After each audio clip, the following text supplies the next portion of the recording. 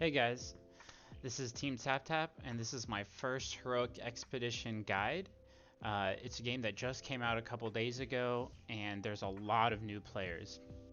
I think now's a really exciting time to be making content for this game, just because the amount of people who are trying it out and the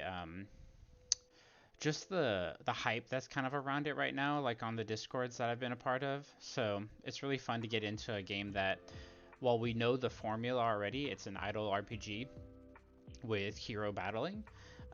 Just learning all the new heroes, trying out the different game modes. It's pretty exciting. So for those of you that have clicked the video and have no idea what this is, definitely go check it out. There's a link in my description, or you can download the game and join a new server. Like, you'll be super early if you're trying out this game during the release of this video or near release time. But anyway, I thought a really cool video idea that I wanted to be slightly different from what the other videos out there are currently is I think team building tips. And this is, I know there's a lot of new players out there, but this is kind of a guide that's going to help you not just in the early game. I wanted to help people kind of come up with a plan for being, you know, efficient early with their resources, but also building towards something into the late game. And because the game is brand new, we don't know what late game was going to look like for, hero strength and things like that. And I'd be very, very cautious about following things like tier lists because most of them are hypothetical, like or theoretical. They're just reading the skills and looking at the stats and then just imagining, hey, I played a game like this before. More than likely, this game is going to be similar, so I can tell that these heroes are going to be strong and these aren't. And that's usually pretty accurate. And I think with the right amount of effort, that can be pretty close, but it's not 100% accurate. So be very careful with like spending money or resources on something that other people say is going to be really strong, which we don't exactly know. So this video is going to be more the theory behind building a team and not just saying this hero is strong, like build it now. Although that is very useful, I know, and much easier video to watch than maybe this one is. But if you're interested in knowing more the theory crafting behind building teams and maybe potential underrated heroes that could build into more unique team, or if you're just looking for content towards the game and maybe you'll learn something. So definitely go through this video and check out my stream as I'll be streaming this game probably later on this week and giving everyone updates on like our progress and things like that. Anyway, let's go ahead and get into the first thing. By team building, I mean the 5 heroes that you're going to have on your battle. So in this game you have 3 in the front, 2 in the back that can't be changed, and these 5 heroes are going to be your main team. You can see they've marked the numbers here for you. Uh, on a main team, you're probably... The first thing I wanted to talk about, and I'll put it up on the screen, is if you're first starting the game, are you going to... This isn't spend real money. Spend or save. As in, like, I've got a bunch of resources. My first pool was... Say it was... like Lee, like that was one of my first heroes, and I decided, okay, do I spend on Lee because he's the only one I have right now, but I know tomorrow, who knows, like I could wait a day and then get maybe Hercules, someone different, and maybe better. So the real question that I want everyone to think of when they're building a team early game is, am I going to spend now and push stages to get more resources, and or should I save, wait for like the 7-day event to end and you get Michelle? It's really or not just you get Michelle and sorry, Lightbringer or whatever, Irene, there you go. And then Michelle from the, where's the event, where is it, 7-day goal. Like, this is a really strong hero. Do you wait to really start investing all your equipment, um, purple essence gold, uh, artifact, all the resources that go into making a hero strong? Do you wait? Do you hold on? I mean, there's always the option to reset, which is good, but it does cost gems, which is a kind of a premium resource here. So that's the first thing you need to think of. Am I going to build like a temporary team, or am I going to build like whatever I currently have to be really strong? Or Just think about that, because that's a problem that everyone's going to run into. And what most people end up doing is like getting one hero stacked, and I think that's a smart strategy early on, because if you're leveling everyone up evenly, more than likely they're all just going to die at the same time. How most early game pushers, get farther than everyone else is by leveling up one core hero they have that maybe they have multiple copies of, or they just think is really strong, and like putting all their resource into it and then letting them carry. And I think that's probably the way to go if you're going to push early. So you probably want to consider doing that. Some heroes that are good at that are like Margaret here. She can heal herself and do damage. Heroes that have like any sort of self heal are usually really good at this. Carl can do it as well. So look for doing that if you're going to spend early. And some of you might want to play it really slow, like test out all the heroes, find out what's good. Maybe wait till you pull a certain hero you really think is promising before you start going all out. And that's understandable too. Let's go ahead and move on to the second point, which is roles. On a team, you're going to need heroes to do different things, right? You're going to need damage heroes. You're probably going to need a tank hero because the basic attacks in this game are really powerful. And the the hero in the front is more than likely going to get most of the attacks unless the enemies have a certain ability that allows them to attack something else around your front hero. So you're gonna have a tank, you're gonna have damage dealers, and you're going to have healers. Those are like kind of the main three things. By damage dealers, that's split into mages, warriors, things like that, and then healers are usually priests, right? Those are the roles. That's what I meant by roles. So start thinking about a team like, oh, this is a really strong priest, like Michelle, for example. She does resurrection, really good healing. All right, I'm gonna build that. But you have to remember, wait, like just because I pulled another, like say I pulled like you say you have a Simon, and you're like, oh, I mean he's terrible, but you get the point. Another priest, and you also want them on your team. You have to start thinking, if I have two healers, like am I gonna lack in damage or tankiness? So I would recommend early on getting a tank. This is Hercule, the Arthur, I think his name is, the one you first start out with. August, sorry, I knew it was an A. Because you get him from day 2 login. Like, build a tank. Don't have too many because you need damage, and then start building a healer, and then start building out your damage. Because more than likely, these PvE stages are very difficult to do without a healer. Trust me. So, think about that. Other thing I want to talk about is auras and factions. It's the same thing. The idea is that having one of every faction gives you an aura of ally aura of 15% attack, 15% HP, and 15% crit. You can see the one I currently have here is 20% HP and 15% attack for having 3 of one faction and 2 from another. And there's 5 total, right? So you can look at these. You need to build around these factions. I'm pretty sure that most of the top teams and any like really viable team out of maybe some niche teams are going to have one of these faction buffs. More than likely one of the bottom 2 because they're like really good, or actually this one as well, but it's just hard to build early on, right? 5 of the same faction is really difficult to find feeders for, enough fodder for. So plan around one of these. Take in the first thing, spending or saving. Am I going to put everything into one guy? Like, what benefits him the most? Or if I'm going to spread out all my resources and save them for later. Like, start building into this. The second one of the roles, like I need a tank, maybe I grab it from this faction, and then I grab my healer from like this faction, like a heaven faction, because they tend to be stronger. Or maybe you want your damage dealer from heaven instead, things like that. So definitely take that into consideration. I think these first 3 points, like everyone understands, it's totally a new player or like a experienced player will know this, right, from other idle RPG games. Let's go ahead and move on to the next point, which is damage typing. And what I mean by this is, let's take a look at the hero book here, handbook. You're going to have heroes like, here you go, Marcia, who it says deals damage equal to 180% to the back row. So you know that she's more than likely going to hit 2 people when she first casts her skill. So Marcia is a 2.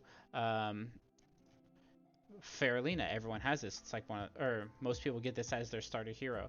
Deals damage equal to 113% of attack to all enemies. So she's a AoE damage dealer, mage.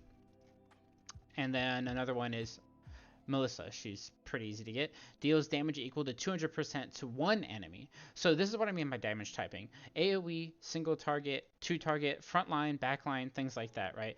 Build You kind of want to think about your team as like, how's this going to work? What do I want to excel in? Am I going to be a PvP? Am I going to be a PvE player? Do I want good at both? Do I want, maybe a good boss damage dealing? You know what I'm talking about? Like during the hunts and things like that, we were focusing one. Someone like Melissa who does burn damage over time on one enemy seems really strong. But realistically in PvP, it's like, wow, I got one hero down to low health, when someone like Faralina is able to get everyone down and helps you like wipe teams. But I mean that is like one round, everyone casts their skill, everyone's dead. That's been a meta in a lot of other idle RPGs. So consider that. You also want to consider for damage typing the like buffs and debuffs that you have. Like it's very possible that later on you'll see teams that have maybe no healer and maybe no tank. Like I could see no tank being a viable team, because people want to just build up energy, do tons of damage. So having like maybe not having a debuffer, or not having a healer, but maybe having a debuffer. You know, Lee, for example, he weakens the enemy, so they take extra damage. He doesn't heal, even though he's considered a priest. So thinking like, okay, if I have Lee who is able to weaken people, I know I'm not going to have a good, long, drawn-out battles will be bad for me. I really don't want like, 15-round battles where I have no sustain. I want like Lee to weaken the front line, and then my team to just kill the front line as soon as possible when they're weakened. Weakened means they take more damage. So think about that, right? I'm not I'm not saying that like having a little bit of everything is bad. That's honestly pretty good. Think about this. You have, a single target damage dealer who, let's take Jacob for example, I think. Where is he? Deals damage equal to 200% to the enemy with the lowest HP, which is good. And then if this attack kills the target, you gain 30 energy. If Jacob is not gaining his 30 energy, realistically, he's not that good of a hero. So Jacob may look bad in a team where, someone does, AoE damage and now everyone's at like half health, and he just picks like maybe the tank who has got a lot of armor and he doesn't kill it. And they're like, dang. But then maybe if you find someone similar like Melissa, hits an enemy, gets them pretty, like, that's a lot of single target damage, gets them pretty low, and then Jacob's able to come in and finish them off, he suddenly gets much stronger, gets energy, gets to do that every round, things like that.